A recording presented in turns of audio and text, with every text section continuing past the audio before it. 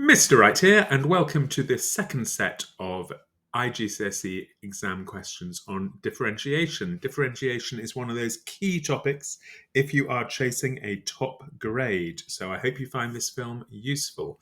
You can click the link in the description and download the questions, and then you can do the questions and then watch me do them. Or you can do the questions as you watch the film, as if we were working side by side. Please do hit like. It really helps me to expand the channel, and also it gives me positive feedback too. If you've got any questions, of course, do leave them in the comments and I will respond. Good luck. I hope you find the film useful. Question 1. I've got P and Q and they're moving along a straight line, and the fixed point O lies on the line. Okay, so here's my straight line. Here's the point O. Okay. Now, let's take particle P to start with. It's always a certain distance from O. Okay. Now, it might be moving away from O, or it might be moving back towards O. How do I know whether it's moving away from O or towards O? Well, this S, that tells me the distance of P from O at any given time. So if the distance is increasing, then P is moving away from O. And if the distance is decreasing, P is moving towards O. So I'm going to differentiate the distance of P from O with respect to T.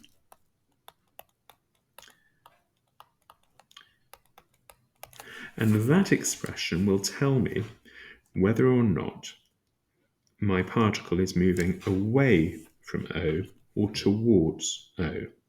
Essentially, when this expression is positive, then the distance is growing and my particle is moving away from O. And when that expression is negative, then the distance is decreasing and my particle is moving towards O. Let's take a moment to establish when this expression is positive and when it's negative, because that would tell me which direction my particle was moving in.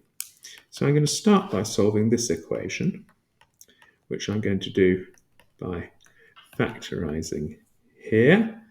It's going to be a -5 and a -1. So that's going to give me T is 5 over 3 or 1.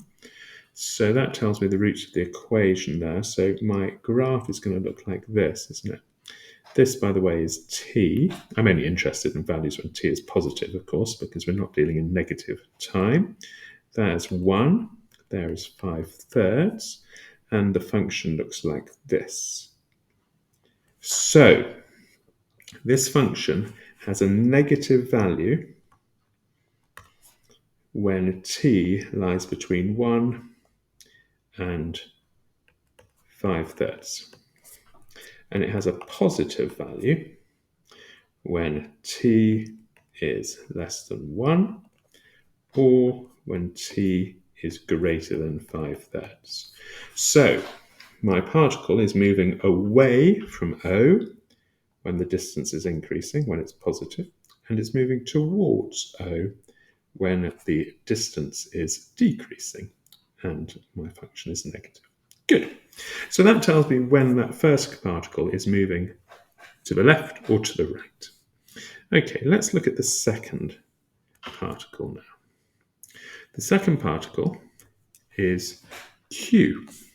And sometimes it's going to be moving towards O, and sometimes it's going to be moving away from O. And I've got an expression for the distance here. So I'm going to see how the distance changes with time. Dx by dt is 2t minus 4. Okay, 2t minus 4. Well, that's a much easier graph to be thinking about. It goes through here at -4. Okay, and it's going to cross here at 2, and of course it's a straight line. All right, there's my value of t. So this time the function is negative the distance is decreasing when t is less than 2, and it's positive when t is greater than 2. Okay, now I was asked to find the range of values where both particles are moving in the same direction.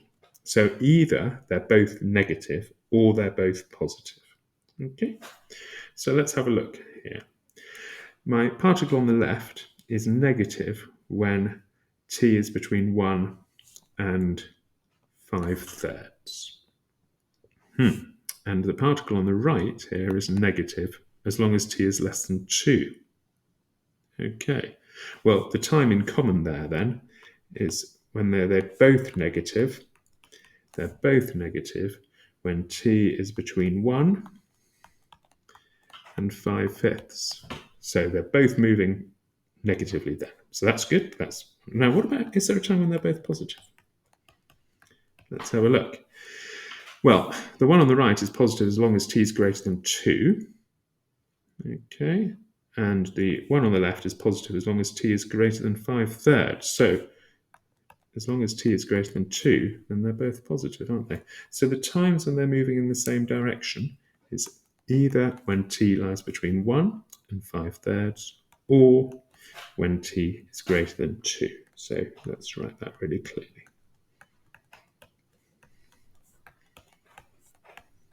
And that is the solution to question 1. Question 2. Okay, another particle question. Here we go. A particle moves along a straight line but passes through the fixed point O. Fine.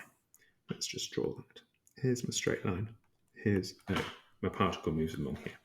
Now the displacement, x meters of P from O, how far away is P from O, more or less?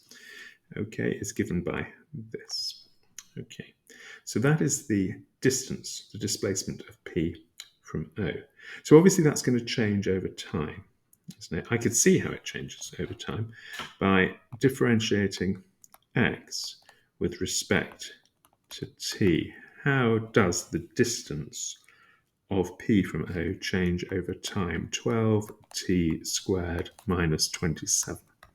Okay, now I suppose sometimes my particle is moving further away from O, and sometimes it's moving closer to O. And look at this. The direction of motion reverses when P is at point A on the line. So I wonder when that happens. At what time does the direction reverse? Well, let's find out when that change in displacement is equal to 0. Because when the change in displacement is equal to 0, that is when,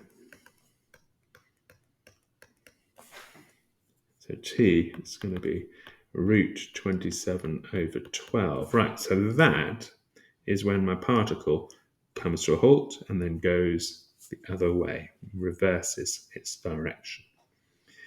Now, the acceleration of P at that point, at this time, is a square meters, a meters per second. Find the value of a. Well, the acceleration is going to be given by the second differential, isn't it? d2x by dt squared. So that is 24t. So all I'm really being asked to do is to evaluate 24t when t equals the square root of 27 over 12. And I'm beginning to wish I had my calculator now to work that out.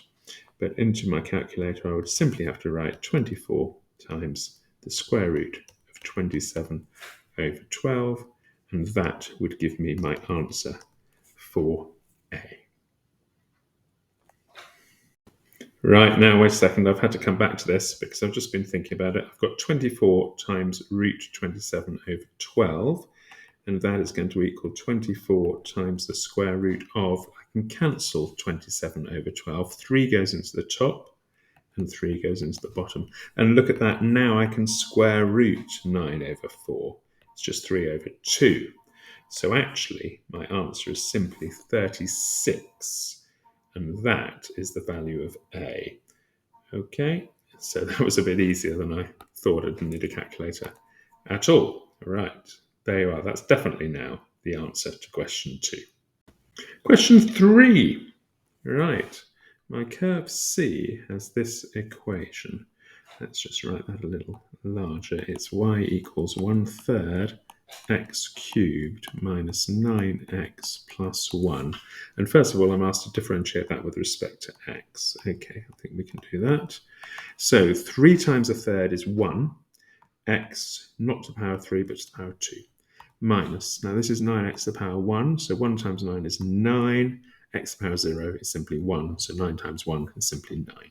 And that is that differentiated. Good. Find the range of values of x for which c has a negative gradient. Well, this is the gradient function. And so I simply need to find the range of values when that is negative. Okay, well, there are a few different ways you can do this, of course, but I hope you recognize that that is the difference of two squares. So we're solving this equation here.